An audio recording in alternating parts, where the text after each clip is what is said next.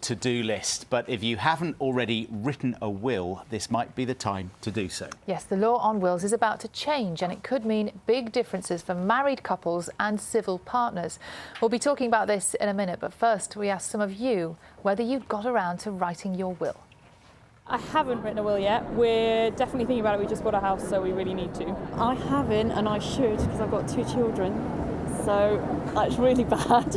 I live at home with my mum and dad at the minute, so I haven't really got anything to give away really now. If I die, the problem really lies with the people who survive me, and I wouldn't want them to deal with all the repercussions of passing away. One of the reasons why I haven't done my will because I don't have enough money in my bank account yet. There's many families now that are divorced and remarried, and so you've got lots of different children from different marriages perhaps. I don't really question my immortality just yet.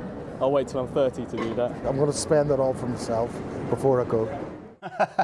At the shops right now. Absolutely. Have you got one? Have you done one? No.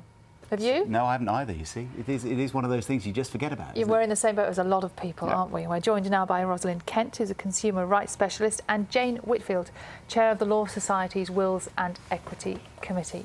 Jane, do you get frustrated by people like John and I who just say, actually, we haven't got around to it?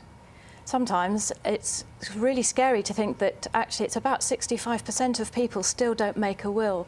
The consequences of not doing so can be terrible for the family that you leave behind. So the law is changing at the beginning of October, and right. The idea is to make it simpler and easier, especially for couples and civil partners. Just explain how it's supposed to work. That's right. It's a simplification exercise, really. The rules have been quite complicated up to now.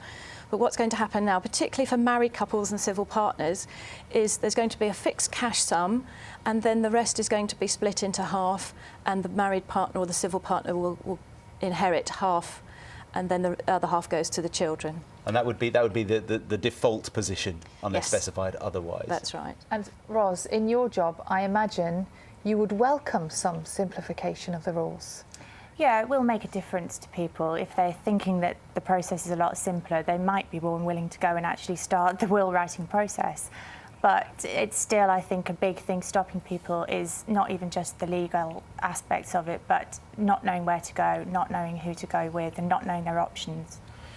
I know, Jane, you've got concerns about what happens. So if a couple have separated, they've not divorced, so they're still technically civil partners or still technically married. That's right. And then one of them dies. This change in the law might lead to some confusion, or you might not end up having what happens to your money. Might not be what you choose. Just explain. That's right. Yes, it's one of the strange things that's going to hit couples, as you say, if they haven't actually gone through with a formal divorce.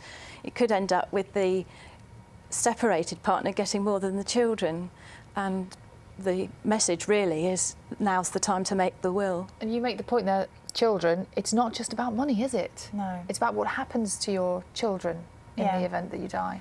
It is, and as we said earlier, it's the children and who they might go with if you died. It's even things like pets. It's not just all about money. People treat their dogs like children, so you know, it's who will get custody, as it were, of all those things if the worst happens. What would you say, Ross, to people who are watching this morning and say, you know, either, you know, my affairs are very simple, so I don't need to have a will, or I haven't got enough stuff to worry about leaving a will, it'll just sort itself out. I mean, is that fair? I don't think it's a wise position to take. If your affairs are simple, do it cheaply. Try a DIY one, see if that works for you. You know, these are the ones you just buy as a pack. Yeah, you can buy them from a stationer, buy them online, and there's also lots of really good advice from people like the Citizens Advice Bureau or the Money Advice Service about how to fill in these packs and how to avoid pitfalls, common pitfalls. So there is a way of doing it if your affairs are simple. And there's no excuse not to. Which I suppose you'd say these days very few people have simple situations. There isn't really anything such thing as a straightforward family now, and the message is really you need to use a solicitor, because solicitors are qualified, they're insured and they're regulated, so you know you're going to get the right advice. There's quite a risk if you use unregulated legal advisors that may not spot the problems before trouble comes. OK, I feel prompted. To you? Yeah, definitely. Let's do it. Thank you both very much indeed. Thanks very much. Thank you. It is 12 minutes to 10. You're watching Breakfast from BBC News. Our main stories this morning. RAF planes are expected to start airstrikes in Iraq this weekend.